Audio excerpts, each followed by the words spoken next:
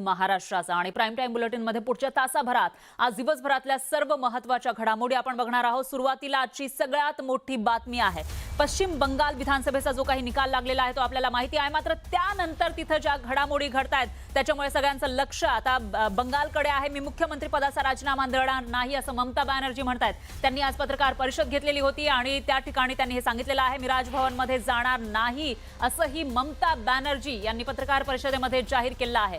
पश्चिम बंगालच्या विधानसभा निवडणुकीत भाजपने ऐतिहासिक विजय मिळवत ममता बॅनर्जींच्या तृणमूल काँग्रेसला मोठा धक्का दिलाय। 293 पैकी केवळ 80 जागांवर तृणमूलचा विजय झाला। या संदर्भात आज ममता बॅनर्जींनी पत्रकार परिषद घेतली आणि भाजपवर निशाणा साधला। नैतिकदृष्ट्या आम्ही विजयी झालो आहोत, त्यामुळे मी राजीनामा देणार नाही असं ममता बॅनर्जी म्हणाल्या। त्यांच्या या वक्तव्यानंतर राजकीय वर्तुळात चर्चांना उधाण आलंय। आम्ही पराभूत झालेलो नाही, मी राजभवनामध्ये जाणार नाही, त्यामुळे तो प्रश्नच येत नाही असं ममता बॅनर्जींनी म्हटलंय। কেন কিসের জন্য আমরা তো হারিয়ে নিয়ে যাব, হারলে আমি যদি শপথ নিতে যেতাম তাহলে আমি রেজিগনেশনটা করতাম। এখন তো কোশ্চেন ডাজন্ট অ্যারাইজ।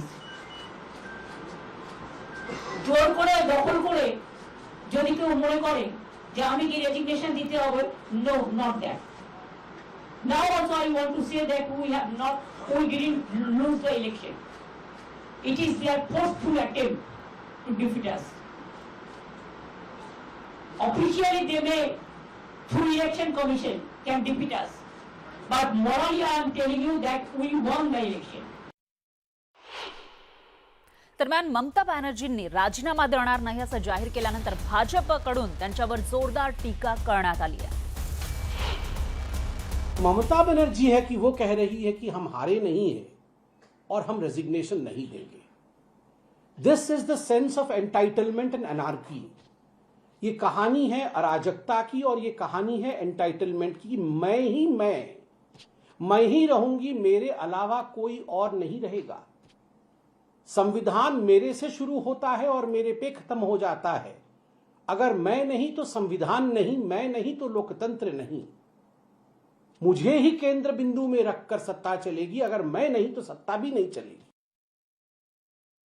निवडणूक झालेली आहे, निकाल लागलाय, मात्र जर मुख्यमंत्री राजीनामा देणार नसतील तर काय होईल असा प्रश्न देशभरातल्या सगळ्यांना पडलेला होता। मुख्यमंत्र्यांनी राजीनाम्यासाठी नकार दिल्यानंतर पुढे काय कार्यवाही केली जाते ते आपण समजून घेऊयात।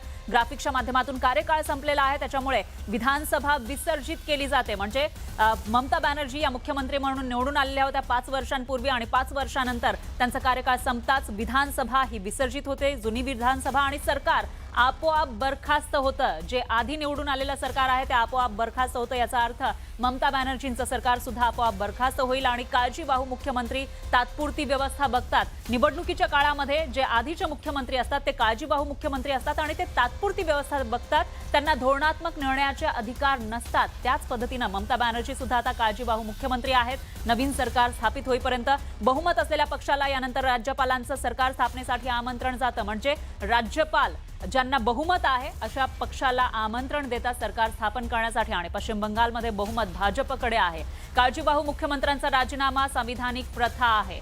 संविधानाच्या प्रथेनुसार जे काळजीवाहू मुख्यमंत्री म्हणजे जुने मुख्यमंत्री आहेत ते राजीनामा देतात, ही संविधानिक प्रथा आहे आणि घटनात्मक पेच किंवा राजीनामा न दिल्यास राज्यपाल बरखास्त करू शकतात। म्हणजे ममता बॅनर्जीने जरी राजीनामा दिला नाही तरी देखील तिथले जे राज्यपाल आहेत ते त्यांना मुख्यमंत्री पदावरून बरखास्त करू शकतात। बहुमत असलेला नेता आणि मंत्र्यांचा त्यानंतर शपथविधी होतो। ज्या पक्षाला बहुमत मिळालेला आहे त्यांचे नेते आणि मंत्र्यांचा शपथविधी घेतला जातो। राज्यपालांकडून आमंत्रण दिल्यानंतर आणि नव्या मुख्यमंत्र्यांच्या शपथविधीनंतर सभागृहामध्ये बहुमत चाचणी सुद्धा होते। फ्लोर टेस्ट विषयी आपण ऐकलेलं असेल, त्या पद्धतीने तशीच प्रोसिजर पश्चिम बंगालमध्ये सुद्धा फॉलो केली जाण्याची शक्यता आहे। त्यामुळे पुढे इंटरेस्टिंग अशा घडामोडी वेस्ट बेंगॉलमध्ये घडण्याची शक्यता आहे। त्याविषयीचे प्रत्येक अपडेट आपण न्यूज 18 मराठीच्या माध्यमातून घेत राहणार आहोत। यानंतर आपण बातमी बघूया तामिळनाडूमधली। तामिळनाडूमध्ये थलपती विजयच्या टीव्हीकेने 108 जागा जिंकत डीएमके आणि एआयडीएमके सारख्या प्रस्थापित पक्षांना पाणी पाजलं। तामिळनाडूमध्ये सत्तांतर झालंय, द्रमुकला सत्तेतून पायउतार व्हावं लागलेला आहे। मात्र थलपती विजयला बहुमताचा आकडा गाठता आलेला नाही। बहुमतापासून टीव्हीके 10 जागा दूर आहे। तामिळनाडूमध्ये सत्तेसाठी विजय यांना आकड्यांची जुळवाजुळव करावी लागणार आहे। विजय डीएमके सोबत सत्तेत जाणार नाहीत, कारण त्यांच्या विरोधातच टीव्हीकेनं निवडणूक लढवलेली होती. त्यामुळे विजय यांच्या वडिलांना काँग्रेस टीव्हीके ही आता डीएमके बरोबर जाणार नाही, पण डीएमके सोबत आघाडीत असलेला जो काँग्रेस पक्ष आहे या काँग्रेस सोबत आघाडी करायची इच्छा विजय यांच्या वडिलांनी व्यक्त केलेली आहे. अशातच थलपती विजय यांनी राज्यपालांना पत्रही लिहिलंय आणि सरकार स्थापनेची संधी द्यावी असं नमूद केलेलं आहे. त्यामुळे तामिळनाडूमध्ये सत्ता स्थापनेचा खेळ सुरू झाल्याची चर्चा आहे. आता विजय सत्ता स्थापनेसाठी कोणाची मदत घेणार याविषयी उत्सुकता आहे.